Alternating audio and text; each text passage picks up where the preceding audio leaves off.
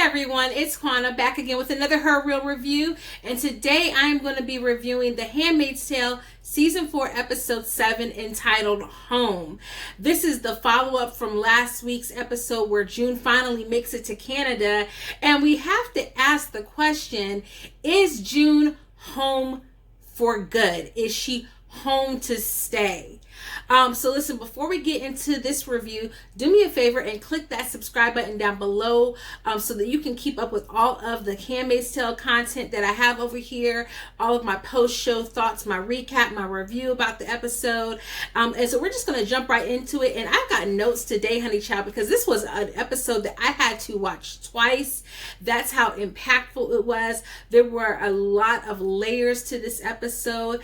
And I have some predictions, as always, for what's going to happen in the coming weeks. Guys, it's episode 7, so you guys know, if you've been following the show, we only have about 3 episodes left, so there's a lot of homework that we need to do before we get to the season finale and even can begin to think about what might even be happening next season.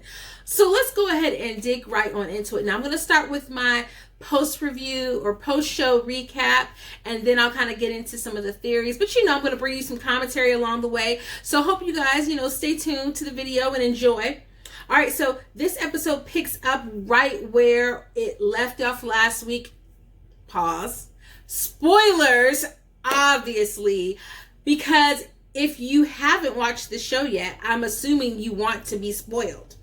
So I'm here to spoil you with all of the gifts, okay?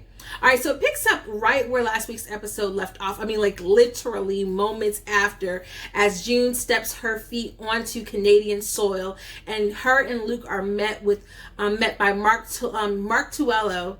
I always mess his name up. Sam Jaeger and Rachel Tapping.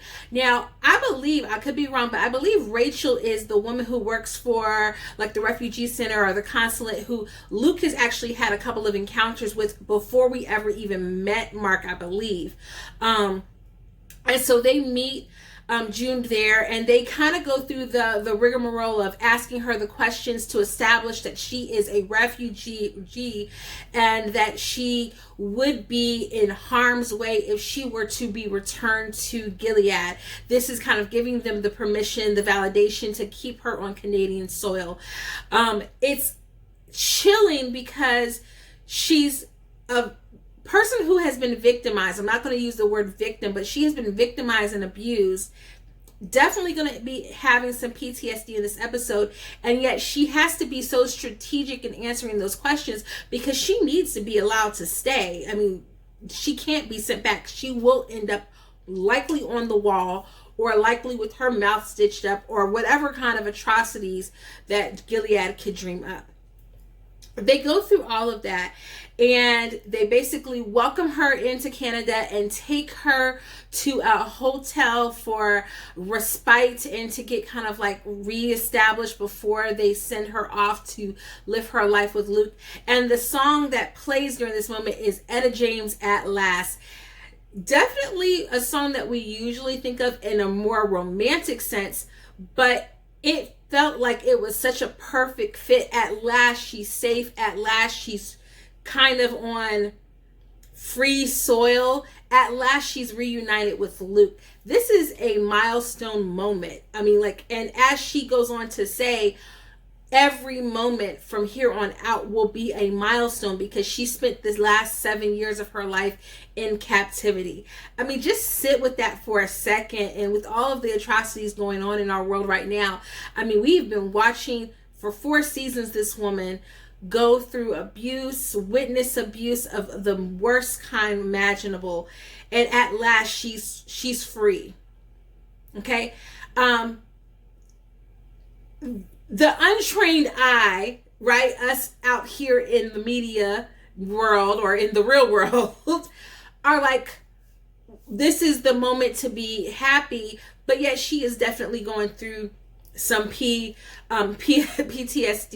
But can I just say, they have her in a bomb hotel, and they've got her with like unlimited, room service. They got her a debit card. They are really rolling out the red carpet for June, because she is literally the golden ticket of witnesses against the Waterfords, against Gilead. And as Mark mentions to her, you have seen DC, Chicago, you were in Boston, or where the headquarters of Gilead is. You have literally seen more of Gilead than anyone else that they've encountered. And she was the one who orchestrated Angel's flight. She is their golden ticket. So they are just rolling out the red carpet and treating her to anything that she wants.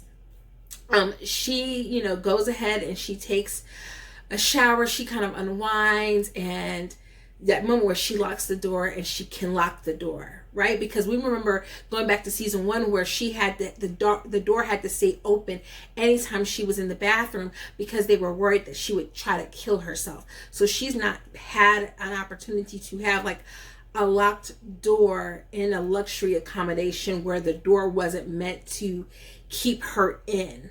She's only ever been behind locked doors meant to keep her in. And when they show her body, we get a chance to see the bruising that she's encountered from her torture session. I feel like this was so strategic, and it's like the writers are mind readers, because they know what we're talking about on social media. They know what we're going to say. They anticipate our responses. And in the weeks since the season has started, there has been a lot of talk around June being reckless, June being an endangerment to other women. And of course, we've seen what's happened in that instance. And there's been some individuals who really haven't been sympathetic to June.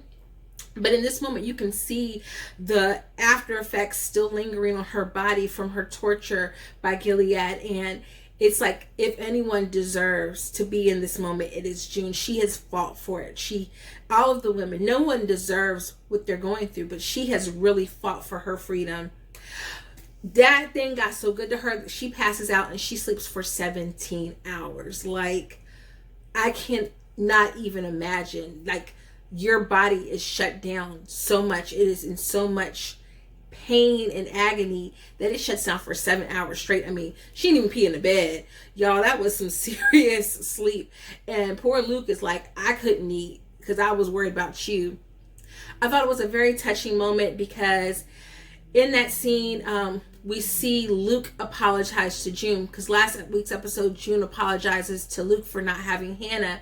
He apologizes to her for not doing more to get her out, for her needing to protect herself, fight for herself, and her not being there for her. They're both dealing with survivor's guilt in these moments, and it is really, really clear that they're going to have to do a lot of work in order to gain any semblance of normality, and it's likely not to happen. I'm gonna go ahead and just say that now. Eventually, they talk about Hannah, and she tells him the story about like getting to see Hannah at the lake house, but she does not mention seeing Hannah at the torture center after she orchestrated Angel's flight. She doesn't mention that to him, and she lies to protect him from the truth. And that's an important moment. So remember that she's starting to lie. And we know June obviously is a good liar, because she's had to be to protect herself. Her lies are mostly to protect herself and to protect others. But just stay right there. Just let that sit for a second. She meets with Tuello, who is amazed at like how much of a beast she is. Like, he's like, oh my gosh, you're the one who did this, that, and the other. I'm starting to get the feeling that I don't know if we can trust Tuello. Like, and I love Sam Jaeger. Oh my gosh, he was my favorite in Parenthood. He was my favorite. So let me pause and say that right now. I love him. But his demeanor as Mark does not change that much. The most emotion I feel like he's ever shown anyone has been Serena. And so even as he is like in awe of June in this moment, and he's applauding her for what she's done, I don't know that we can trust him, because I feel like we really don't know. Yes, he's negotiating on behalf of like America and trying to like fight back, but how far is he willing to go to use these individuals in order to meet that end? Is he willing to use them in the same way that perhaps June has been willing to use people in order to free Hannah? I don't know. But baby, when Luke looks at him and it's like, my wife is tired, I'm going to take my wife home now. We're going to go get our daughter. And pump the brakes, son. I was like, okay, Luke. Okay. I don't know, y'all people who are thirsty for some Team June and Nick. I don't know. Luke, it was putting a little bass in his voice. It was very attractive, I must say. And peep that he said, our daughter. Just the idea of Luke being willing to, despite what he knows that Nicole, first of all, if Nicole had been the product of like the ceremony, right? Straight up just rape, and like, you get the feeling he would still be there for June, and that's still a part of her, so he would still be there. I feel like he would definitely do it then.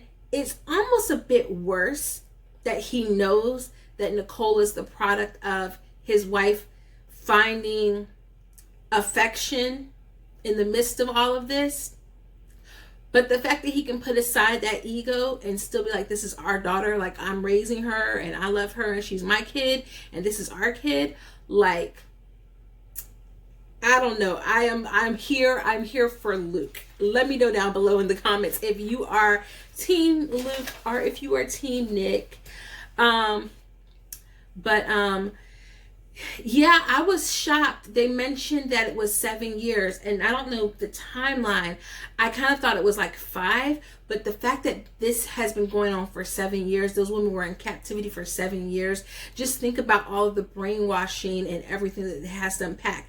It makes me feel even more compassion for someone like Rita, who was in a space where she wasn't sexually victimized in the way that the Jezebels were, or in the way that the Handmaids were, but she was really indoctrinated into this society as a Martha, as a means of like validating her life, and what that means for her now to be able to unpack all of that.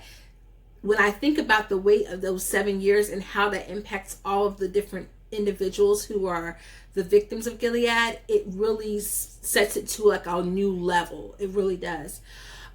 Eventually they go home and they are reunited with Emily and Nicole, and all I kept thinking in my mind was, okay, you know, Handmaid's Tale, pause right quick, because Handmaid's Tale is one of those shows that weirdly will find a way to throw in a song that the song works, but it'll be like a poppy song, like when they popped in and they threw in Heaven is a Place on Earth, right? Like stuff like that. I was like, this would have been the best place to play Reunited and It Feels So Good.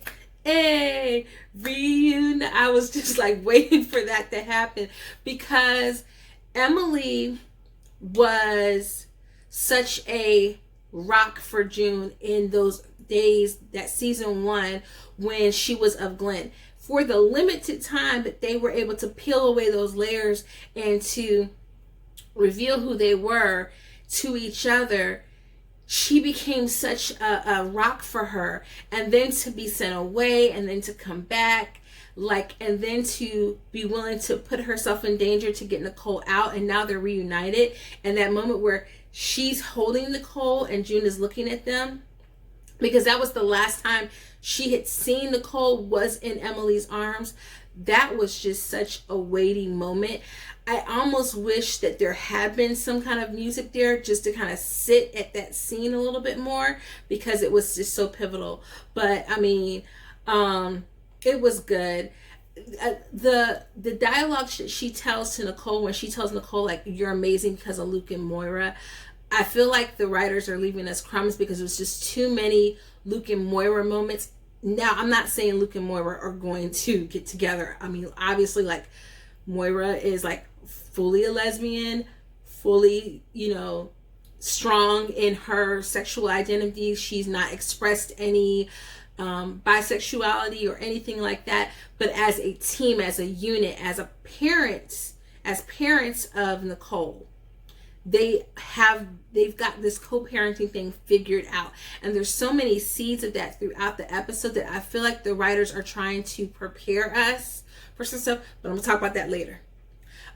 It's very ominous added to that she kind of tells Nicole, I love you and your daddy loves you, and your daddy, your real daddy, your first daddy, talking about Nick. Y'all, they just keep trying to make this Nick thing work, and I'm just so sorry. Like, writers, if y'all happen to stumble across my little old video, just know y'all gonna have to put some heavy work in season 5, if y'all really want me to get on board with this whole Nick thing, because I just don't know, y'all. I'm not feeling Nick. But anyway, we see Serena Joy. She's up in the church house trying to repent. Now, y'all, I don't know if y'all picked up on the vibes, but I'm very much a Christian, capital C, love everybody, all of that, like in the whole Jesus loves you, yes, I know kind of sense.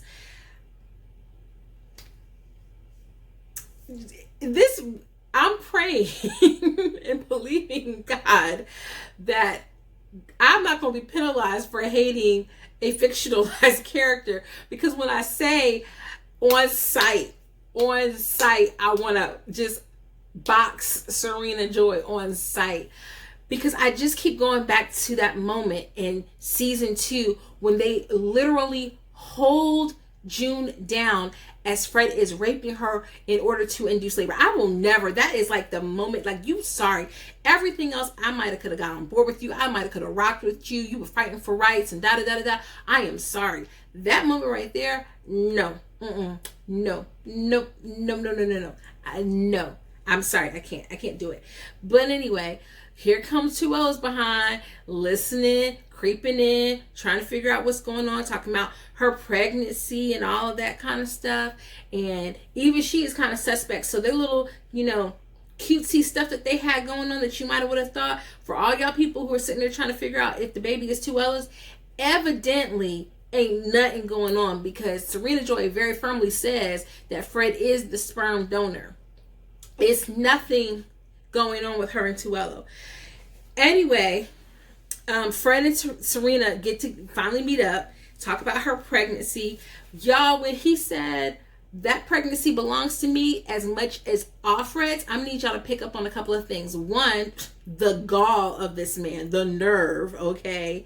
But then 2, the fact that he calls June Offred. Serena Joy has at least called June before. She doesn't just sit in this space where she is Offred. She is June as well. He cannot distinguish her real identity from himself. He can't distinguish Serena Joy's identity apart from himself. And so he is a stand-in for Gilead. This is how Gilead views women, and nothing is going to change their mind. So it will continue to be all-out war until Gilead is wiped off the map. And there's a lot to be said about that patriarchal, but this is like beyond patriarchal. This is like a whole nother level. This is like when you really cannot see women for anyone else except for their attachment to a man. And that is exactly how he is. I was just disgusted. All of the focus has been on Serena Joy, but I'm just as disgusted with, just as disgusted with that. I'm disgusted with Serena Joy because as a fellow woman, I'm gonna need her to do better. But Fred, he needs to die. He needs to die before, I need Serena Joy to suffer. I need Fred to die. Okay, that's what I need. Writers, I'm so sorry. Lord forgive me. But he does mention that June could come after them and they can get the max sentence and they should team up. And we all have seen the trailer, so we kind of got a feel for what's going to happen. The grocery store. So the family, Luke, Moira, and June, they go to the grocery store, and this is where we see Luke and Moira doing their whole little co-parenting situation with the baby and the diapers and everything. And it's real cute. but this triggers June's PTSD. And the moment when she's looking at the chips, first of all, pause. Whoever's working continuity, I'm sorry, I have a problem with the prices at the grocery store, because I was looking at those price tags and some of that stuff was normal prices. I'm gonna need stuff to not be normal prices. America has almost entirely shut down, and if I'm not mistaken, most, if not all, of their synthetic processed foods have shut down. They are only like organic, whole foods, all of those things. So yes, they did mention, you know, the Canadian aisle being mostly healthy, but I was looking at some of the product placements that were there, and some of it was not, and some of the prices weren't high enough, and y'all should have blurred the prices or something, because that was a big no-no. But when she's there and she's being triggered to thinking that she's in Gilead and she sees Alma, that, my heart just hurt for her. Just the fact that she's just gonna have to keep unpacking all that PTSD, all that survival's guilt. I want you to think back to the idea of the episode being called Home, and is she home, and is she home to stay? Eventually they get back together at home. Rita shows up. They have like a little reunion, Rita tells June about Serena Joy being pregnant, and the look on her face, I'm gonna tell you, that glare could cut glass. I was like, Lord, this woman gonna kill this woman's baby. That's literally where my mind went to, is she's gonna find a way to kill this woman's baby. You have them talking about how Gilead messed them up, and it's just like a little sister circle where they're just sharing their experiences. These three women who've all been maligned and abused by Gilead in different ways, trying to find their way out of the trauma that they've endured. Una shows up, and Moira and Una make some headway.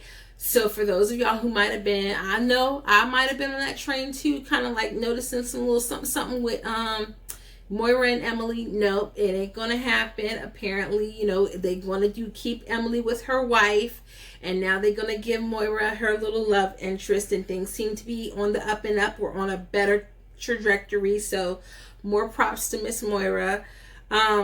Luke and June kind of get into it in the kitchen a little bit, a little smooching, and I don't know if y'all noticed, but that ear tag is still there. Definitely a sign, like the fact that it's not been removed. And it makes me wonder, was it just never addressed by the Canadian government, or was it a choice that June made to keep it? Like, why hasn't her tag been removed? We know her tag can be removed. We have seen her tag removed in season 2. So the fact that it's still there makes me, again, it's very ominous. A lot of ominous things going on. But then June goes to see Serena Joy. This is what you came for, y'all. This is what you came for. I know I'm going in, but I had to tell you all my thoughts. That woman, nothing that she said was important. But when she got in Chick's face, she basically was like, oh, you trying to repent? Nope.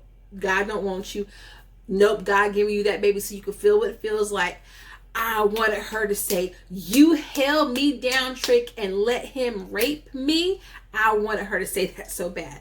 Writers, if you're watching, please put that in season 6. I need somebody to say, Trick, you let him rape me. And I'm not just talking about your little ceremony. That was bad enough.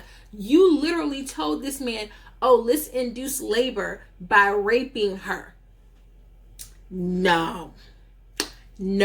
You induce labor by going and taking laps, by going swimming, taking a bath. There's so many things that no. Never, I will never forget. When she got in her face and she was like, do you understand me? Do you understand me? Yes, Elizabeth. Elizabeth was acting, okay? She was acting, okay? Eventually, from all of that, okay, she goes home. And this is the heaviest moment of the night, because she climbs into bed with Luke and she basically forces herself on Luke in order to reclaim some sense of power, because she felt so powerless, even though she's yelling at Serena Joy and she's demanding of her and she's confronting her. She can't control what happens to her, so she feels so powerless in that moment, and she needs to kind of reclaim her power. I think it's not just her power, but I think it's like reclaiming some sense of normality. Like, you stole me from my husband, and I don't want to give you the power to let me be broken, so I'm going to go ahead and rekindle our sexual relationship with my husband. The problem is there's no communication. He's telling her to wait. It's very dubious consent in this moment. It feels very rapey. And I'm not going to say that he felt like she raped him, but it was definitely a lack of consent on his part, where he was not consenting to it and she wasn't informing him of why she was doing it, and he didn't have the autonomy to say, I don't want to do this with you right now in this moment. And then I had to watch it twice, because I was watching it the night it came out and missed that she was literally holding him down and covering his mouth.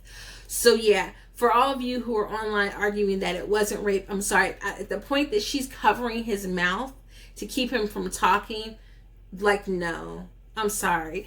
And if you're arguing that it's not, it's just because we don't want to see our protagonists that we're rooting for do the things that we feel like are irredeemable.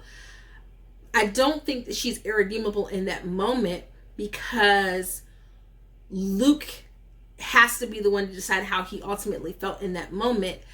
But I think it's very telling what she goes on to say. So in the very next moment, we see things are okay with them, at least seemingly okay.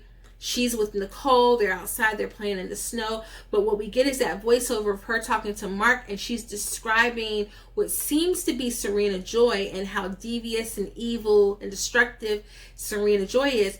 But in every phrase that she mentions, it could be a description for her. And it's almost like Serena Joy is naturally this way, but this is what they have made her. Like, Serena Joy's actions have turned her into this, because this is what she's had to become in order to survive. She only knows how to do these things. And that is where the show leaves off, with us staring into June's eyes with the realization that the woman that she's describing is also herself. And I think that she knows it. I think as she is describing Serena Joy to Mark, she has that realization that she's describing herself, which brings me to my theories. Okay, all right, so here we go. That was all about episode 7 season 4, Home. But let's talk about my theories. So, is June home to stay? I don't think that we can anticipate, and even if there was some way for her to stay in Canada and fight against Gilead in next season from Canada, I think with this episode, they are making it abundantly clear. They're giving us an image of Nicole is safe. She has 2 parents who are raising her. Are they struggling? Yes. What parents aren't struggling? Will they be sad if June goes back? Yes, absolutely. But are they safe? Yes. Is Nicole safe? Yes. Who's not safe? Hannah. And also the person that June has become, is she going to be able to do the work to unpack all that toxicity so that she does not bring that into her family's life? And I think at that moment, we kind of see that she's a danger to herself and to others, because she does something that is unthinkable and unconscionable. Here is a person who is a person who was sexually victimized and is a survivor, and she's now doing kind of somewhat similar actions to her own spouse. It's again dubious consent, and I just think we're seeing her have the realization that she might not be healed and healthy enough to do and to be in that space, and she's going to have to do that. And I don't think she can see herself being healed and healthy enough until she secures Hannah. And I think also the flashes to Gilead and her seeing Alma are an indicator of the guilt that she feels about Janine, and she's not going to be able to rest. And I would go so far as to venture that we're probably going to see some more glimpses of Janine, some flashes of Janine, and what that weighs on her mind in the next episode. Probably so. So yeah, I think that this is a respite for June. I'm pretty sure that at the end of this season, we're going to see her somehow, some way be back in Gilead looking for Nicole, fighting for Nicole. And I do think that the red tag being on her still is an indicator of that as well. So many indicators that make me believe that, yeah, this is definitely not her safe space. This is just a respite for her to figure out her next steps. And the question becomes, how's everyone going to handle life without June if she goes back? Or is she going to get her a little band of Avengers together, take, Emily and Rita back with her? I mean, probably not, but you just never know. But yeah, this was a slow crawling episode in parts, but a lot to unpack. But I definitely think we're on a trajectory to seeing like June in her hatred of Gilead and the Waterfords. She's gonna put herself in a predicament where she's going to seek vengeance in a way that sends her back into Gilead. Final notes, final thoughts. When she's talking to Mark, I tried to take a screenshot of the board behind them, and the one board that they focus on the most had Fred, Serena Joy, and Nick Blaine on it. It mentioned, of course, Angel's Flight. There was a weird, almost like typo in the Angel's Flight under Serena Joy, because it mentioned that her child lost her daughter during Angel's Flight, and that's obviously not the case. Like, Nicole was already in Canada long before Angel's Flight, so that was kind of weird. It mentions lots about the Sons of Jacob and the role that Nick plays with the Sons of Jacob. And they're scoping Nick, and it didn't seem like they were scoping Nick as a connection for June as much as like they're investigating him based on the knowledge they have about him. So it makes me wonder just how deep into Gilead Nick really is. Again, I am not Team Nick right now. I am Team Luke, as much as there can be a Team Luke, because guys, let's face it, the show is not about who June ends up with. It's not going to be about who June ends up with. I'm just glad that Luke is a good man and he's going to do a great job with raising her daughter. Nick, on the other hand, is probably going to end up on the wall or killed in the line of combat. I'm going to call it right now as I see it. But yeah, those are my thoughts about The Handmaid's Tale, Season 4, Episode 7, Home. Let me know down below if I missed any clues that you caught on to from tonight's episode, and what your theories and thoughts are going into the last 3 episodes of the season. Guys, it's going to come fast. It's going to go fast, and we are going to be sitting here trying to put together the pieces. So let's pull our resources together and do that. And I will see you guys in the next one. Toodles.